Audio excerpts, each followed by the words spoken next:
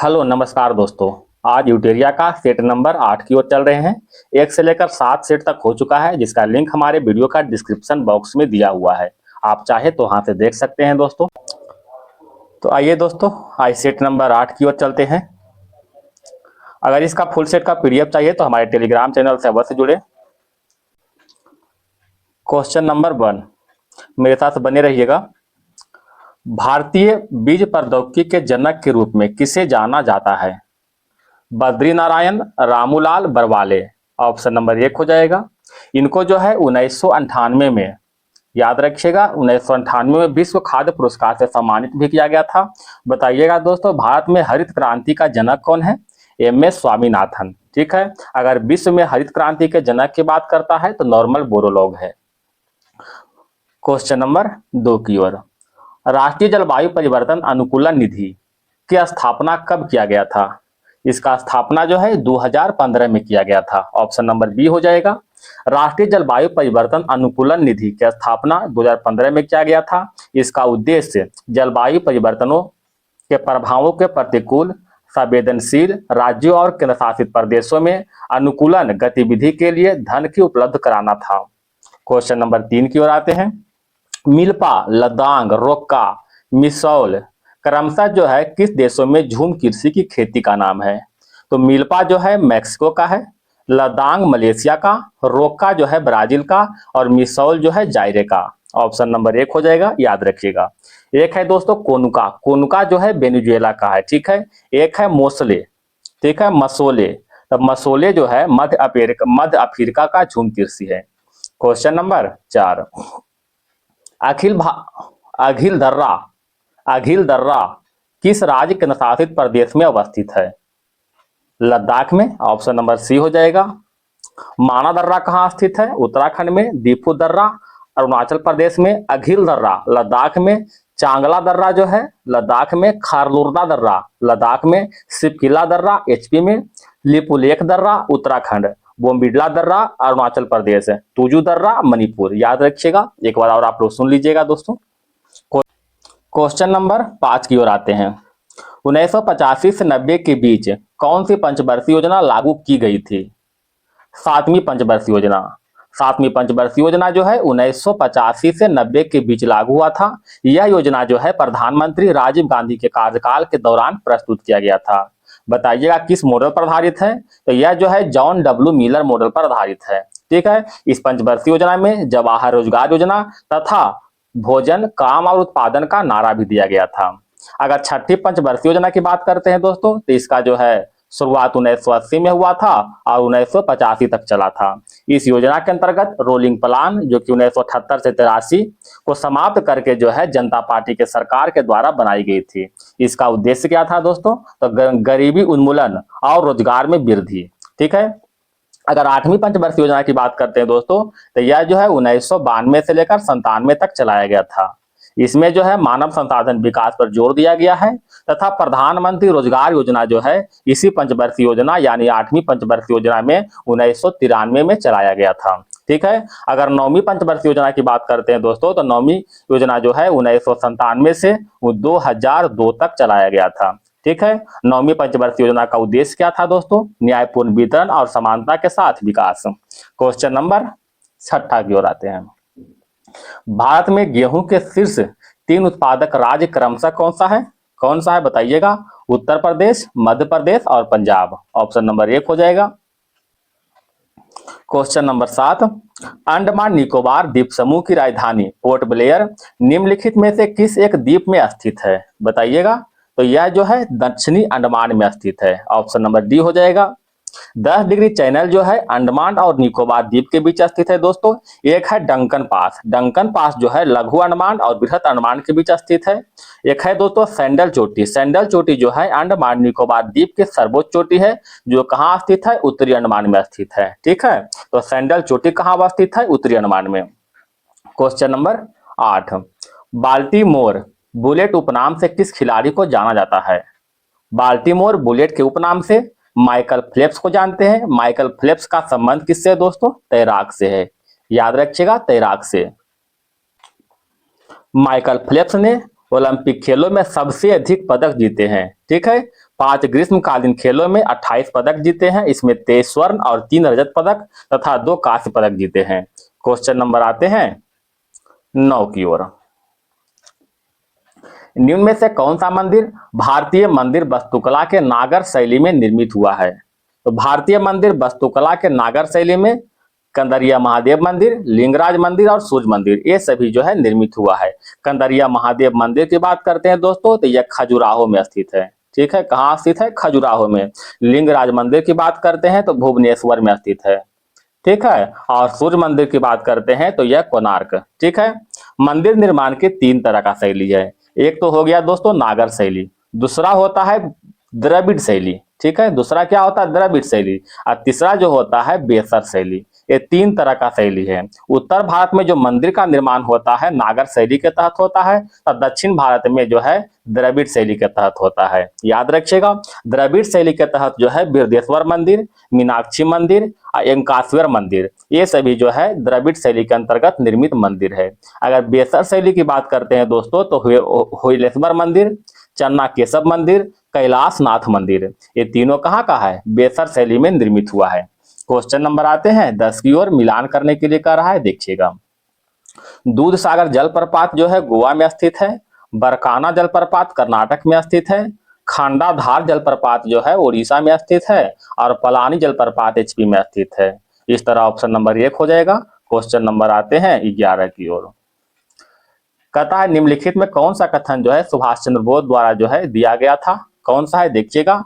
तो तुम मुझे खून दो मैं तुम्हें आजादी दूंगा, किसने दिया था? सुभाष चंद्र बोस ने दिया था। ठीक है, सुभाष चंद्र बोस ने भारतीय राष्ट्रीय कांग्रेस को एक हरिपुरा अधिवेशन जो कि 1938 में अध्यक्षता किया था, एक त्रिपुरी अधिवेशन जो कि 1939 में चुना गया था, लेकिन यह अपना जो है त्याग पर 1939 में जो है त्याग पत्र दे दिया था। ठीक है, क्वेश्चन नंबर आते हैं दोस्तों 12 की ओर। ब्रिटिश भारत के लिए निम्नलिखित में से किस अधिनियम के तहत ब्रिटिश सरकार ने भारत के प्रशासन के प्रत्यक्ष नियंत्रण अपने हाथों में लिया था? तो प्रत्यक्ष नियंत्रण जो है 1858 के भारत शासन अधिनियम के तहत लिया गया था। ठीक है, 1858 के भारत शासन अधिनियम के तहत ही court of general board of control को समाप्त करके भारत सचिव का नया पद सृजन हुआ था। पूछता है दोस्तों, भारत सचिव का नया पद जो सृजन हुआ था किस अधिनियम के तहत हुआ था? तो बताइएगा 1858 के अधिनियम के तहत। ठीक है, भारत में पहली बार भारतीय सिविल सेवा परीक्षा निम्नलिखित में से किस स्थान पर आयोजित की गई थी? किस स्थान पर? इलाहाबाद में। ठीक है, भारत में पहली बार सिविल सेवा परीक्षा यानी कहने का मतलब आईसीएस, ठीक है, 1922 के इलाहाबाद में आयोजित किया गया था। यह परीक्षा केवल लंदन में की जाती थी, जिससे भारतीयों के लिए जो है भाग लेना कठिन था। याद रखिए। क्वेश्चन नंबर 14 की ओर आते हैं। निम्नलिखित में से किस स्वतंत्रता सेनानी की साइमन कमीशन के खिलाफ विरोध प्रदर्शन के दौरान मृत्यु हुआ था, जहां कमीशन को काले झंडे दिखाए गए थे? किनका मृत्यु हुआ था? तो लाला लाजपत राय की मृत्यु हुआ था। मृत्यु कब हुआ था दोस्तों? 1928 में हुआ था। साइमन कमीशन की बात करते हैं दोस्तों तो 1927 में नियुक्त हुआ था और 1928 में जब बंबई में पहुंच गया था भारत में। ठीक है, इसका विरोध भी हुआ था। तो विरोध के दौरान जो है लाला लाजपत राय को लाठी से प्रहार किया गया था, जिसके कारण जो है मृत्यु हुआ था। मृत्यु के दौरान उन्होंने एक लाइन कहा था। क्या कहा था दोस्तों? कि मेरे ऊपर किए गए लाठियों का एक एक प्रहार जो है ब्रिटिश सरकार के ताबूत का आखिरी कील साबित होगा। ये लाला लाजपत राय का कथन था। क्वेश्चन नंबर आते हैं 15 की ओर। निम्नलिखित में कौन 1885 में भारतीय राष्ट्रीय कांग्रेस के संस्थापकों में से एक था? तो 1885 में भारतीय राष्ट्रीय कांग्रेस के संस्थापक जो है एओ ह्यूम था। ऑप्शन नंबर 1 हो जाएगा। यह कांग्रेस का प्रथम अधिवेशन कब हुआ था दोस्तों? 1885 में हुआ था। इसका अध्यक्षता जो है डब्ल्यू सी बनर्जी ने बंबई में किया था। अगर दूसरा अधिवेशन की बात करते हैं दोस्तों तो यह 1886 में हुआ था। इसका अध्यक्षता जो है कोलकाता में हुआ था, दादा भाई नौरोजी के द्वारा हुआ था। ठीक है, तीसरा अधिवेशन की बात करते हैं 1887 में हुआ था दोस्तों। कहाँ हुआ था? मद्रास में, जिसका अध्यक्षता जो है बदरुद्दीन तैयब जी ने किया था। बदरुद्दीन तैयब जी की बात करते हैं दोस्तों तो यह जो है प्रथम मुस्लिम अध्यक्ष थे। 1888 जो कि चौथा अधिवेशन था दोस्तों, यह कि इलाहाबाद में हुआ था। इसका अध्यक्षता जो है जॉर्ज यूले ने किया था। अगर जॉर्ज यूले की बात करते हैं तो यह प्रथम अंग्रेज अध्यक्ष थे। ठीक है, क्वेश्चन नंबर 16 की ओर बढ़ते हैं। मिलान करने के लिए कह रहा है, मिलान कीजिएगा। कहता फराजी आंदोलन, फराजी आंदोलन की बात करते हैं दोस्तों, तो इसका स्थापना किसने किया था? हाजी सहरिया तुल्ला ने किया था। मोहम्मदन लिटरेरी सोसाइटी, इसका स्थापना जो है नवाब अब्दुल लतीफ ने किया था। Indian patriotic society, Indian patriotic society की स्थापना जो है सर सैयद अहमद खान ने किया था, और बहावी आंदोलन का राय बरेली सैयद अहमद ने किया था। इस तरह इसका ऑप्शन नंबर बी हो जाएगा। क्वेश्चन नंबर आते हैं 17 की ओर। मुस्लिम कृषकों का एक संगठित विरोध मोपला विद्रोह भारत के किस वर्तमान राज्य में हुआ था? तो मोपला विद्रोह की बात करते हैं दोस्तों, तो यह केरल में हुआ था। ऑप्शन नंबर डी हो जाएगा। मोपला विद्रोह 1921 के वर्तमान मालाबार क्षेत्र में हुआ था। यह विद्रोह ब्रिटिश शासक और जमींदार प्रथा के खिलाफ मुस्लिम शासकों मोपलाओं द्वारा किया गया था। इसका नेतृत्व जो है अली मुसलियार के द्वारा किया गया था। ठीक है, क्वेश्चन नंबर 18 की ओर आते हैं। विशाख दत्त द्वारा रचित मुद्रा राक्षस नामक नाटक किस भाषा में लिखा गया था? मुद्रा राक्षस नामक नाटक जो है, मुद्रा राक्षस नामक नाटक जो है संस्कृत में लिखा गया था। ऑप्शन नंबर डी हो जाएगा। विशाख दत्त द्वारा रचित मुद्रा राक्षस नाटक संस्कृत भाषा में लिखा गया था। यह नाटक चंद्रगुप्त मौर्य के उत्थान और चाणक्य के कूटनीति को दर्शाता है। क्वेश्चन नंबर आते हैं 19 की ओर। मत विलास प्रहसन के रचयिता महेंद्र वर्मन प्रथम निम्नलिखित में से किस शासक राजवंश से संबंधित थे? किससे संबंधित था? पल्लव वंश से। ऑप्शन नंबर 1 हो जाएगा। धर्मपाल को बिहार में भागलपुर के पास निम्नलिखित में से किस विश्वविद्यालय की स्थापना के लिए जाना जाता है? तो धर्मपाल जो है विक्रमशिला विश्वविद्यालय के स्थापना के लिए जाने जाते हैं। ठीक है दोस्तों, क्वेश्चन नंबर 21 की ओर आते हैं। कहता है कथनों पर विचार कीजिए। बॉल बेरिंग का उपयोग स्थैतिक घर्षण को रोलिंग घर्षण में परिवर्तित करने के लिए किया जाता है। बिल्कुल सही है। बॉल बेरिंग में दो गोल धातु के छल्ले के मध्य छोटी छोटी बॉल होती है, ये भी सही है। अतः ऑप्शन नंबर क्या हो जाएगा? 3 हो जाएगा। कहता है कथनों पर विचार करें, विचार कीजिएगा। अल्फा किरण एक रेडियोधर्मी द्वारा तत्व उत्सर्जित धनात्मक रूप से अवशेषित कण है, ये सही है। अल्फा किरण भारी अस्थिर परमाणु नाभिक के क्षय के कारण उत्पन्न होती है, ये भी सही है दोस्तों। ठीक है। कहता अल्फा किरण के पहली बार अर्नेस्ट रदरफोर्ड द्वारा खोजा गया था। क्वेश्चन नंबर 22 की ओर आते हैं। कहता कथनों पर विचार करें। अल्फा किरण एक रेडियोधर्मिक तत्व द्वारा उत्सर्जित धनात्मक रूप से अवशेषित कण है, सही है। अल्फा किरण भारी अस्थिर परमाणु के नाभिक के क्षय के कारण उत्पन्न होता है, ये भी सही है। अल्फा किरण पहली बार अर्नेस्ट रदरफोर्ड द्वारा खोजा गया था, ये भी सही है। अतः ऑप्शन नंबर क्या हो जाएगा? डी हो जाएगा। क्वेश्चन नंबर 23 की ओर आते हैं। क्रिकेट के मैदान में खिलाड़ी गेंद पकड़ते समय अपने हाथों को पीछे की ओर खींचता है, यह खिलाड़ी को सक्षम बनाता है, खिलाड़ी को सक्षम बनाता है संवेग शून्य करने में। ऑप्शन नंबर डी हो जाए, सॉरी ए हो जाएगा दोस्तों। क्वेश्चन नंबर 24 की ओर आते हैं। प्रकाश के वर्ण विक्षेपण में लाल रंग का परास होता है, तो लाल रंग के परास की बात करते हैं दोस्तों, तो यह 6200 एंगस्ट्रम से 7800 एंगस्ट्रम तक होता है। ठीक है। 4460 से 4650 यह जो है जामुनी रंग का होता है। ठीक है, जामुनी रंग का, इसे इंडिका कहते हैं। 3900 से 4460 जो है यह बैगनी रंग का है। ठीक है, बैगनी रंग का। प्रकाश के वर्ण विक्षेपण की बात करते हैं दोस्तों, तो इसमें जो है टोटल 7 तरह के जो है प्रकाश का उत्सर्जन होता है। इसका फार्मूला भी दोस्तों याद रखिए, VIBG/OR याद रखिएगा। ठीक है, लास्ट में रेड हो गया, अब भी से क्या हो जाएगा? वायलेट यानी बैगनी। ठीक है, अब बीच में कौन रहता है? जी से ग्रीन, और जी के बाद क्या? येलो है, ऑरेंज है, इंडिका हो जाएगा। बी, इधर एक बी बच गया, बी से ब्लू हो जाएगा। ठीक है। Question number 25। निम्नलिखित में कौन सा कथन सही है? कहता है चालक का प्रतिरोध पदार्थ के प्रकृति पर निर्भर करता है, सही है दोस्तों। सिलिकॉन और जर्मेनियम अचालक है, अचालक नहीं दोस्तों, क्या है? अर्धचालक है, अर्धचालक है, ये तो गलत हो गया। कहता है चालक की लंबाई वृद्धि होने पर उसकी प्रतिरोधकता वृद्धि हो जाता है, ये भी सही है। अतः 1 और 3 क्या हो जाएगा? सही। ऑप्शन नंबर 3 हो जाएगा। क्वेश्चन नंबर 26 की ओर आते हैं। घर्षण द्वारा किए गए कार्य का क्षय नहीं होता है, बल्कि वह ऊर्जा के रूप में परिवर्तित हो जाता है, तो क्या हो जाएगा? तापीय ऊर्जा के रूप में। ऑप्शन नंबर बी हो जाएगा। ठीक है। क्वेश्चन नंबर 27 की ओर आते हैं। न्यूटन के गुरुत्वाकर्षण के नियम के अनुसार दो वस्तुओं के बीच का बल होता है। तो दो वस्तुओं के बीच का बल जो है उसके द्रव्यमान के गुणज के समानुपाती होता है। ठीक है। न्यूटन के प्रथम नियम को क्या कहते हैं दोस्तों? तो प्रथम नियम को जो है जड़त्व का नियम कहते हैं, जड़त्व का नियम कहते हैं। ठीक है।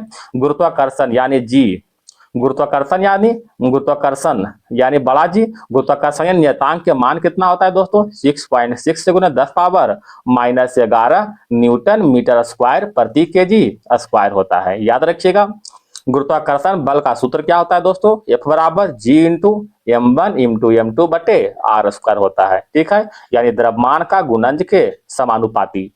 क्वेश्चन नंबर 28 की ओर आते हैं। वेल्डिंग में प्रयोग होने वाली गैस है। तो वेल्डिंग में ऑक्सीजन और एसिटिलीन गैस का प्रयोग होता है। ऑप्शन नंबर सी हो जाएगा, याद रखिएगा। अम्ल वर्षा निम्नलिखित में किसके द्वारा होने वाले वायु प्रदूषण के कारण होती है? अम्ल वर्षा जो है SO2 और NO2 के कारण होता है। ऑप्शन नंबर डी हो जाएगा, नाइट्रस ऑक्साइड और सल्फर डाइऑक्साइड। क्वेश्चन नंबर 30 की ओर आते हैं। प्रोटॉन पर आवेश होता है। तो प्रोटॉन पर आवेश क्या होता है? इलेक्ट्रॉन के आवेश के विपरीत होता है। यानी प्रोटॉन पर जो है पॉजिटिव आवेश होता है, तो इलेक्ट्रॉन पर क्या होता है? नेगेटिव आवेश होता है। अगर प्रोटॉन पर आवेश की बात करते हैं दोस्तों, तो इसका आवेश जो है प्लस में हो जाएगा 1.6022 गुने 10 पावर -19 कूलाम हो जाएगा। अगर इलेक्ट्रॉन पर आवेश की बात करते हैं दोस्तों, तो क्या हो जाएगा? माइनस में 1.6022 गुना 10 पावर में -19 कूलाम हो जाएगा। तो यहाँ पर देख रहे हैं एक पॉजिटिव में है और एक निगेटिव में है। न्यूट्रॉन पर तो कोई आवेश होता नहीं है। इलेक्ट्रॉन की खोज जे थॉमसन ने किया था, प्रोटॉन की खोज रदरफोर्ड में, और न्यूट्रॉन की खोज चैडविक ने किया था। क्वेश्चन नंबर 31 की ओर आते हैं। मिथाइल ऑरेंज का क्षारीय विलयन का रंग होता है। तो मिथाइल ऑरेंज का क्षारीय विलयन का रंग की बात करते हैं, तो क्षारीय विलयन में हो जाएगा दोस्तों पीला। ठीक है, क्षारीय विलयन में क्या हो जाएगा? पीला। अगर यही अम्लीय विलयन की बात करते हैं, अम्लीय विलयन में क्या हो जाएगा? गुलाबी हो जाएगा। ठीक है, एक बार फिर से बोलते हैं, मिथाइल ऑरेंज क्षारीय विलयन में पीला और अम्लीय विलयन में जो है गुलाबी हो जाएगा। अगर लिटमस की बात करते हैं दोस्तों, तो लिटमस जो है अम्लीय विलयन में लाल हो जाएगा और क्षारीय विलयन में कैसा होगा? नीला हो जाएगा। ठीक है, एक बहुत बार पूछा गया है फिनाप्लेथीन। फिनाप्लेथीन जो है अम्लीय विलयन में रंगहीन होता है और क्षारीय विलयन में गुलाबी हो जाता है। ठीक है, क्वेश्चन नंबर 32 की ओर आते हैं। निम्नलिखित में कौन सी एक रासायनिक अभिक्रिया है? बर्फ का पिघलना, ये तो गलत है दोस्तों। बर्फ मतलब पिघलेगा, उसको फिर से जमा करके हम बर्फ बना सकते हैं। ठीक है, तो एक चीज भौतिक अभिक्रिया हो गया, रासायनिक तो हुआ नहीं। रासायनिक अभिक्रिया में एक बार अगर कोई चीज खत्म हो जाता है, दूसरा बार पुनः निर्माण उसको हम उसी रूप में नहीं कर सकते हैं। जैसे मक्खन का खट्टा होना। ठीक है, मक्खन खट्टा होने के बाद इसको शुद्ध हम नहीं कर सकते, पुनः मीठा हम नहीं कर सकते उसी रूप में। अतः ऑप्शन नंबर बी हो जाएगा। आयोडीन क्रिस्टलों का ऊर्ध्वपातन, ये भी सही है। ठीक है, तो अतः ऑप्शन नंबर बी हो जाएगा दोस्तों। क्वेश्चन नंबर 33 की ओर आते हैं। निम्नलिखित में कौन सा एक किसी तत्व के परमाणु क्रमांक को सही निर्धारित करता है? तो परमाणु क्रमांक को जो है प्रोटॉन की संख्या के द्वारा निर्धारित होते हैं। अभी बताए थे दोस्तों, प्रोटॉन पर आवेश क्या होता है? पॉजिटिव होता है। कितना होता है दोस्तों? 1.6022 गुने 10 पावर -19 कूलाम होता है। प्रोटॉन की खोज जो किसने किया था? रदरफोर्ड ने किया था दोस्तों। ठीक है, क्वेश्चन नंबर 34 की ओर आते हैं। अम्ल वर्षा किसके द्वारा होने वाला पर्यावरण प्रदूषण के कारण होता है? तो अम्ल वर्षा है दोस्तों SO2 और NO2। Option number D. एक क्वेश्चन रिपीट हो चुका है। ठीक है, क्वेश्चन नंबर आते हैं 35 की ओर। निम्नलिखित में कौन सी गैस पीने के पानी को शुद्ध करने के लिए प्रयोग में लाई जाती है? तो शुद्ध करने के लिए जो है क्लोरीन गैस का प्रयोग करते हैं। ऑप्शन नंबर बी हो जाएगा दोस्तों। क्लोरीन का उपयोग जो है ऑक्सीडाइजिंग एजेंट के रूप में किया जाता है। ठीक है, क्लोरीन जो है एक कीटाणुनाशक गैस है। यह बैक्टीरिया को मारकर जो है शुद्ध करता है। इसीलिए इसका उपयोग जो है पीने के पानी और स्विमिंग पूल के पानी के उपचार में किया जाता है। ठीक है, क्वेश्चन नंबर 36 की ओर आते हैं। कथा कौन सा सुलेमित नहीं है? विटामिन B1 थायमिन सही है। Vitamin D calciferol. Vitamin A को क्या कहते हैं दोस्तों? विटामिन ए को रेटिनॉल कहते हैं। ठीक है, रेटिनॉल, इसके कारण जो रतौंधी रोग होता है दोस्तों विटामिन ए से। Vitamin B12 साइनोकोब्लामिन। कुछ विटामिन का नाम देख सकते हैं दोस्तों, जैसे विटामिन डी हो गया कैल्सीफेरॉल, विटामिन ई की बात करते हैं तो विटामिन ई क्या हो जाएगा, टोकोफेरोल हो जाएगा। विटामिन के क्या होता है दोस्तों, फिलेक्यूबी नॉन होगा। विटामिन बी1 थायमिन हो गया। विटामिन बी2 क्या हो जाएगा दोस्तों, राइबोफ्लेविन, ठीक है। विटामिन बी3 हो जाएगा दोस्तों निकोटीनिक अम्ल। विटामिन बी3 क्या हो गया, निकोटीनिक अम्ल। विटामिन बी3 के कमी से ही जो है पेलाग्रा रोग होता है, याद रखिएगा। विटामिन बी5 को पेंथोनिक अम्ल कहते हैं। बी6 को पायरियाडॉक्सिन कहते हैं और बी7 को बायोटीन, बी9 को फॉलिक एसिड कहते हैं। इस तरह याद रखिएगा। क्वेश्चन नंबर 37 की ओर बढ़ते हैं। मानव मस्तिष्क में स्मरण क्षमता कहाँ होता है, तो स्मरण क्षमता की बात करते हैं दोस्तों तो यह सेरिब्रम में होता है। ऑप्शन नंबर 1 हो जाएगा सेरिब्रम या फिर परमस्तिष्क। अग्र मस्तिष्क का एक प्रमुख भाग है। इसमें जो है मनुष्य की चेतना, तर्क, स्मरण क्षमता और बुद्धि का भी केंद्र होता है, ठीक है दोस्तों। एक है दोस्तों सेरिबेलम की बात करते हैं दोस्तों तो यह जो है पश्च मस्तिष्क या फिर अनुमस्तिष्क का प्रमुख भाग है। इसके द्वारा गति नियंत्रण, शरीर का संतुलन, समन्वय, ऐच्छिक पेशी के क्रिया का नियंत्रण होता है, ठीक है। क्वेश्चन नंबर बढ़ते हैं आगे 38 की ओर। कहता है फ्लोएम के संदर्भ में निम्नलिखित में कौन सा कथन सही है, बताइएगा। कहता फ्लोएम जल और खनिज को वहन करता है, ये गलत है दोस्तों। जल और खनिज को वहन जो है जाइलम करता है, ना कि फ्लोएम करता है, ठीक है। फ्लोएम प्रकाश संश्लेषी उत्पादों का वहन करता है, ये सही है। ऑप्शन नंबर बी क्या हो जाएगा, सही हो जाएगा।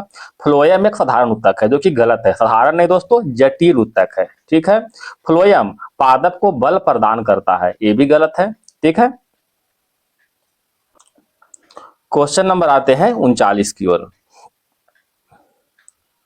प्राचीन काल में जानवरों, पौधों और अन्य जीवों को संरक्षित अवशेषों या चिन्हों के अध्ययन का विज्ञान कहलाता है, क्या कहते हैं, उसे पैलेंटियोलॉजी कहते हैं। ऑप्शन नंबर सी हो जाएगा। एक है दोस्तों एंथ्रोपोलॉजी में मानव विकास, रीति रिवाज और परंपरा के संबंध में विषय को जानकारी मिलता है। अगर आर्कियोलॉजी की बात करते हैं दोस्तों तो इसमें जो है पुरातत्व संबंधी विज्ञान का अध्ययन होता है, ठीक है। क्वेश्चन नंबर 40 की ओर आते हैं। मनुष्य के शरीर में अपेंडिक्स का मुख्य कार्य क्या है, तो अपेंडिक्स का तो कोई मुख्य कार्य है नहीं दोस्तों। यह एक मानव में अवशेषीय अंग है, मतलब फालतू अंग है, ठीक। इसका कोई भी कार्य नहीं है, ठीक है। अतः नाना उपदीज हो जाएगा, कोई कार्य है ही नहीं। तो क्वेश्चन नंबर आते हैं 41 की ओर।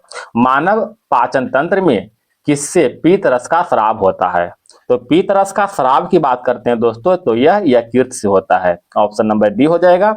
अगर छोटी आंत की बात करते हैं दोस्तों तो इसका कार्य क्या है, भोजन को पचाना और अवशोषण करना, ठीक है। अवशोषण करके जो है खनिज और जो खनिज पदार्थ है उसको जो है खींच लेना, मतलब अवशोषण करना।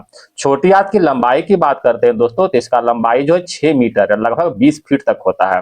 अग्नाशय की बात करते हैं दोस्तों तो यह मानव शरीर में दूसरी बड़ी ग्रंथि है, ठीक है। तो पहली ग्रंथि कौन सा है, यकृत है।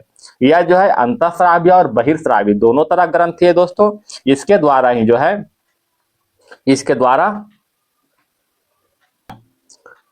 इंसुलिन और ग्लूकागॉन का स्रावित होता है, किससे, अग्नाशय से। क्वेश्चन नंबर आते हैं 42 की ओर। मानव शरीर में श्वसन वर्णक है। श्वसन वर्णक की बात करते हैं दोस्तों तो हीमोग्लोबिन है, ठीक है। ऑप्शन नंबर बी हो जाएगा, ठीक है। हीमोग्लोबिन आरबीसी में मौजूद एक तरह का प्रोटीन है जो शरीर के सभी अंगों और कोशिकाओं तक ऑक्सीजन का पहुंचाने का कार्य करता है, ठीक है दोस्तों। अगर मायोग्लोबिन की बात करते हैं तो मायोग्लोबिन एक प्रोटीन है जो मांसपेशी में पाया जाता है। एक है दोस्तों मेलानिन के कारण जो है त्वचा, बाल, आंख को सूर्य के हानिकारक विकिरण जो है जिसे पराबैंगनी विकिरण कहते हैं उससे बचाता है, melanin. Question number 43।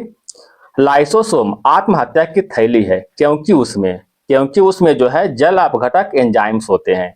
Option number D हो जाएगा।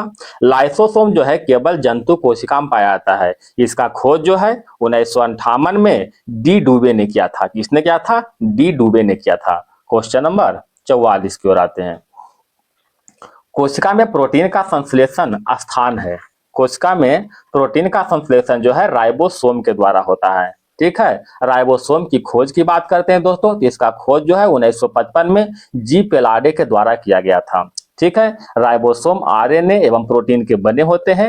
यह प्रोटीन संश्लेषण के लिए उपयुक्त स्थान प्रदान करता है, अर्थात इसको जो है राइबोसोम को प्रोटीन का फैक्ट्री कहते हैं, ठीक है। माइटोकॉन्ड्रिया की बात करते हैं दोस्तों, तो इसे जो है कोशिका का पावर हाउस कहते हैं। क्या कहते हैं? कोशिका का पावर हाउस कहते हैं, याद रखिएगा। क्वेश्चन नंबर 45, निम्नलिखित में कौन सा जानवर में पाए जाने वाला हार्मोन नहीं है? Insulin, auxins. ऑक्सिन्स जो है पौधे में पाया जाता है, ठीक है, जिससे फूल फूल वगैरह का जो है बढ़िया बनाता है, वृद्धि करता है, ठीक है, खिलने में मदद करता है। तो यह जो है पादप हार्मोन है। और इंसुलिन, थायरोक्सिन और एड्रेलिन ये सभी क्या है? जंतु हार्मोन है, ठीक है। इंसुलिन का स्राव कहां से होता है दोस्तों? अग्नाशय के बीटा ग्रंथि से होता है। क्वेश्चन नंबर 46, निम्नलिखित में कौन सा मुद्रा के अवमूल्यन का सबसे संभावित प्रभाव होगा? कौन सा होगा?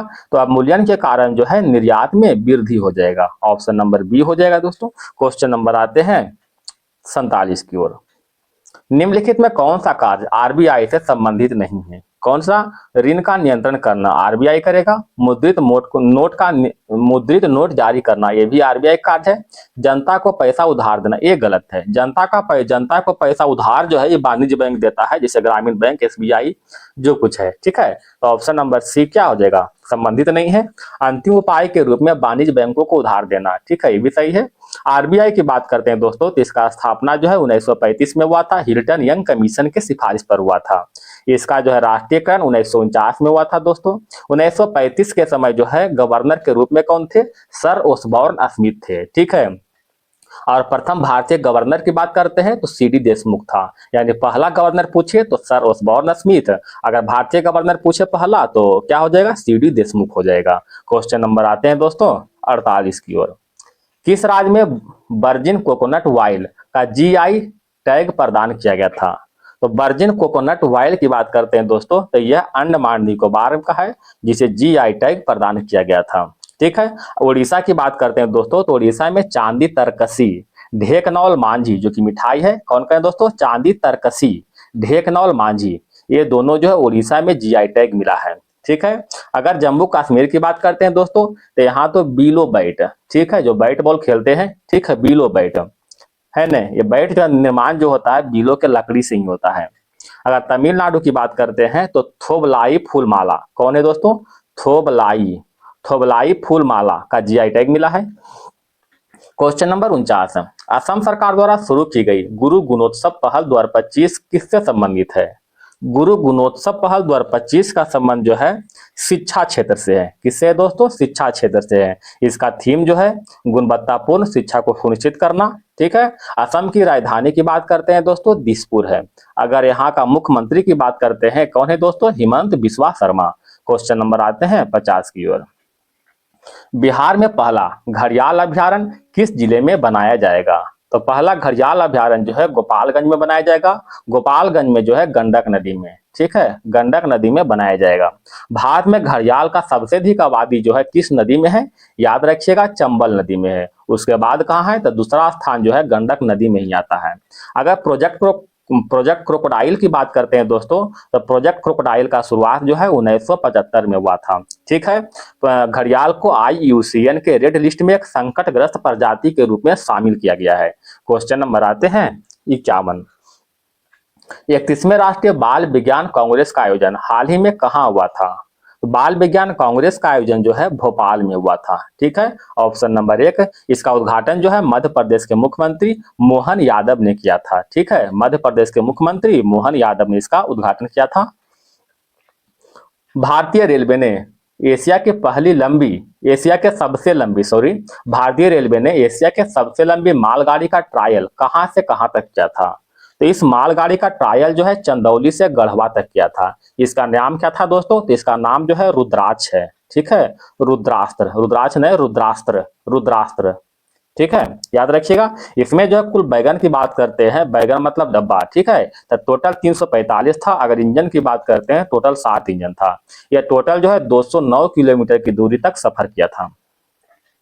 क्वेश्चन नंबर 53, भारत ने किस देश के साथ मिलकर सोनोबॉय सह उत्पादन करने के लिए समझौता किया था? अमेरिका के साथ मिलकर। ऑप्शन नंबर 1 हो जाएगा। क्वेश्चन नंबर आते हैं 54 की ओर।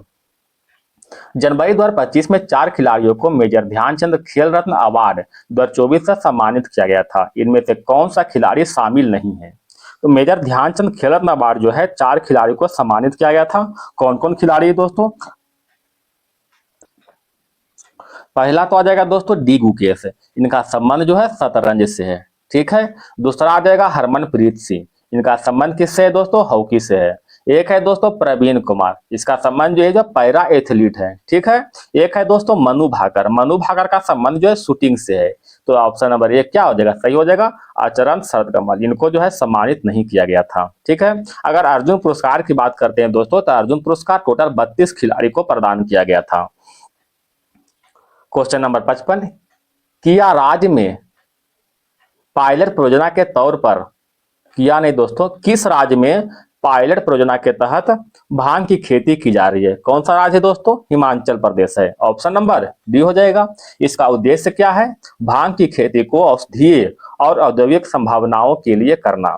हिमाचल प्रदेश के मुख्यमंत्री की बात करते हैं दोस्तों, कौन है? सुखबीर सिंह सिद्धू। और राज्यपाल की बात करते हैं तो शिव प्रताप सिंह, शिव प्रताप, याद रखिएगा।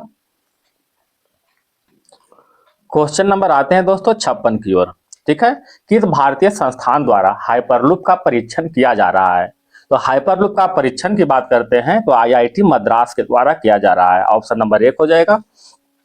एबल पुरस्कार 2025 किसे प्रदान किया गया है?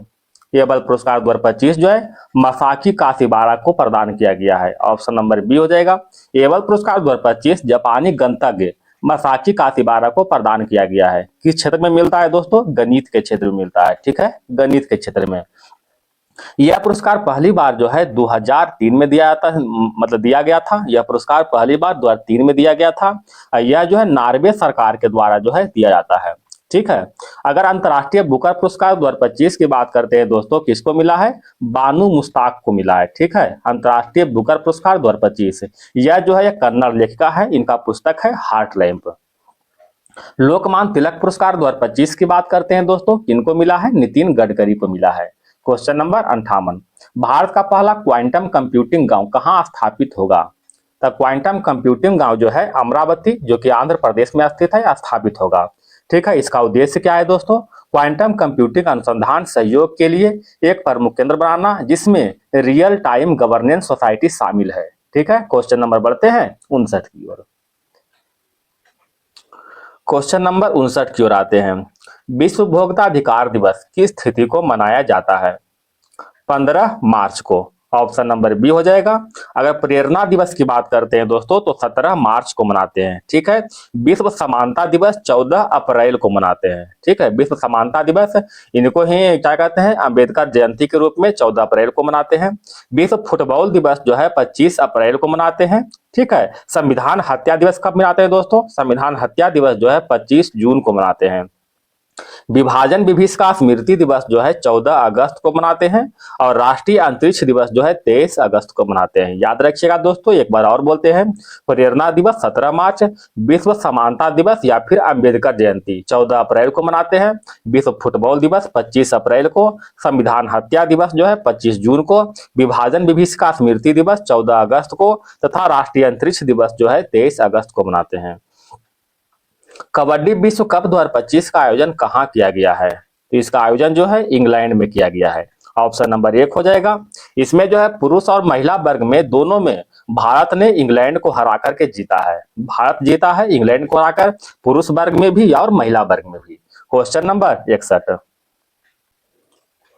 भारत और किस देश के बीच सैन्याभ्यास धर्म गार्जियन का आयोजित किया गया था? तो धर्म गार्जन का आयोजन जो है भारत और जापान के बीच हुआ था।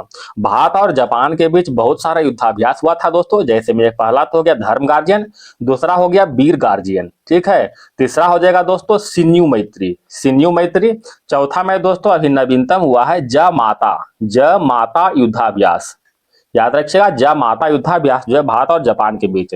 एक है दोस्तों जिमेक्स, आप लोग जानते होंगे जिमेक्स। तो ये सभी जो है धर्म गार्जियन, वीर गार्जियन, सिन्यू मैत्री, जामाता और जिमेक्स, ये सभी जो है भारत और जापान के बीच युद्धाभ्यास है।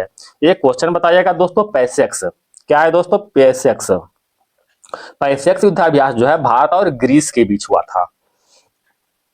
क्वेश्चन नंबर 62, हाल ही में कहाँ प्रसिद्ध तमिल कवि दार्शनिक तिरुवल्लुवर की प्रतिमा का अनावरण किया गया था?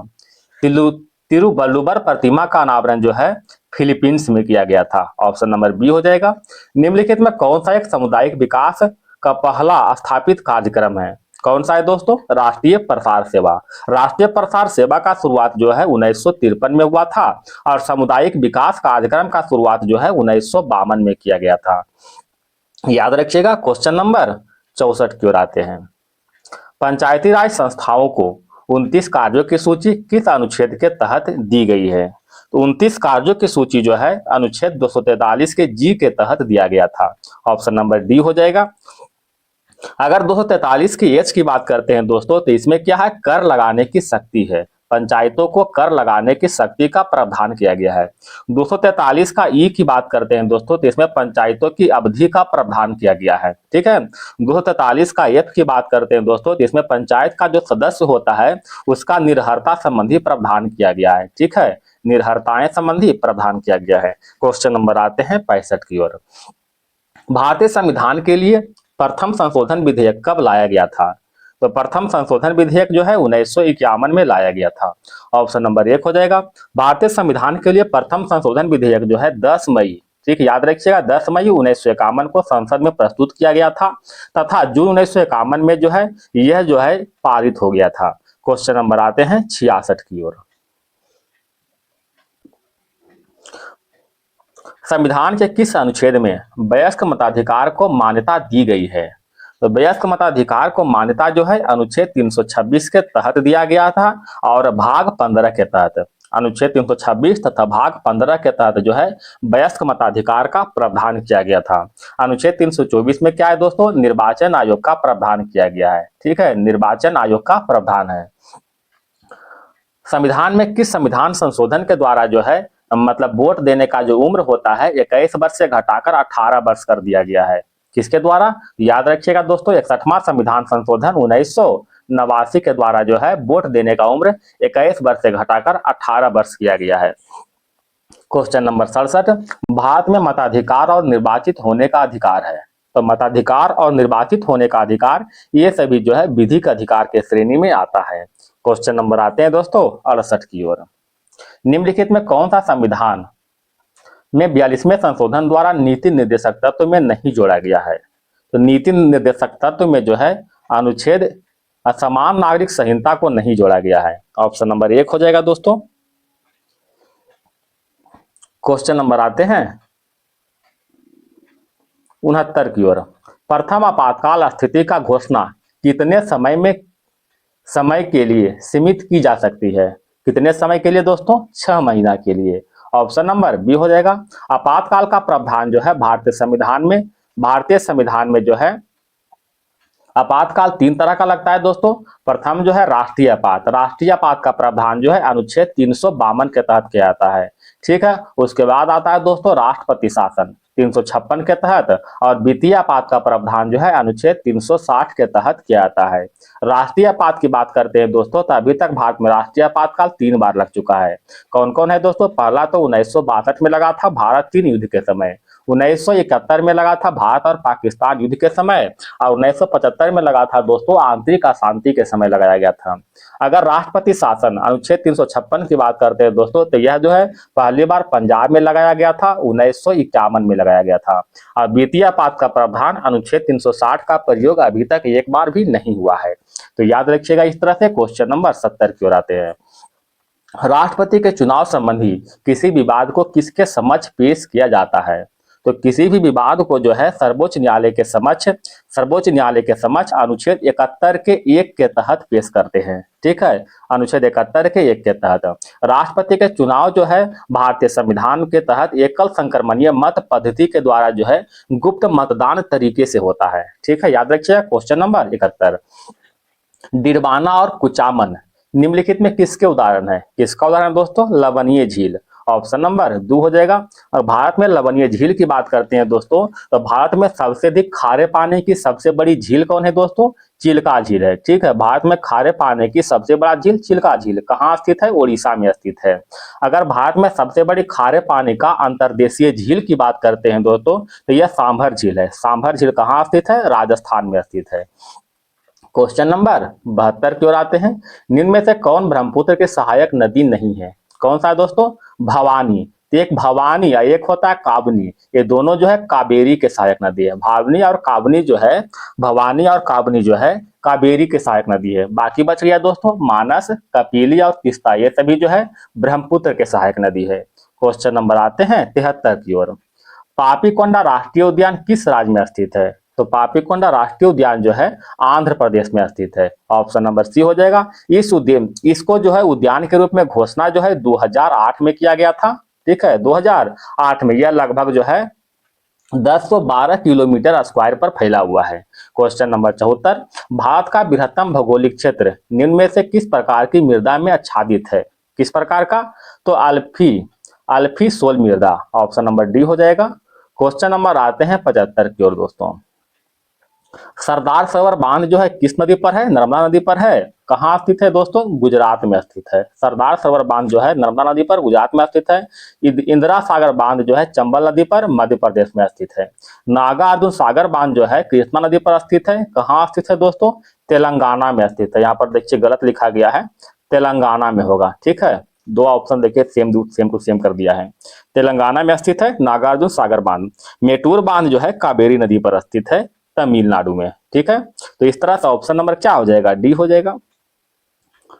क्वेश्चन तो समाप्त हो गया दोस्तों। अगर वीडियो पसंद आए तो लाइक और सब्सक्राइब जरूर करें, और आपसे निवेदन है प्लीज सपोर्ट जरूर करें दोस्तों। धन्यवाद दोस्तों।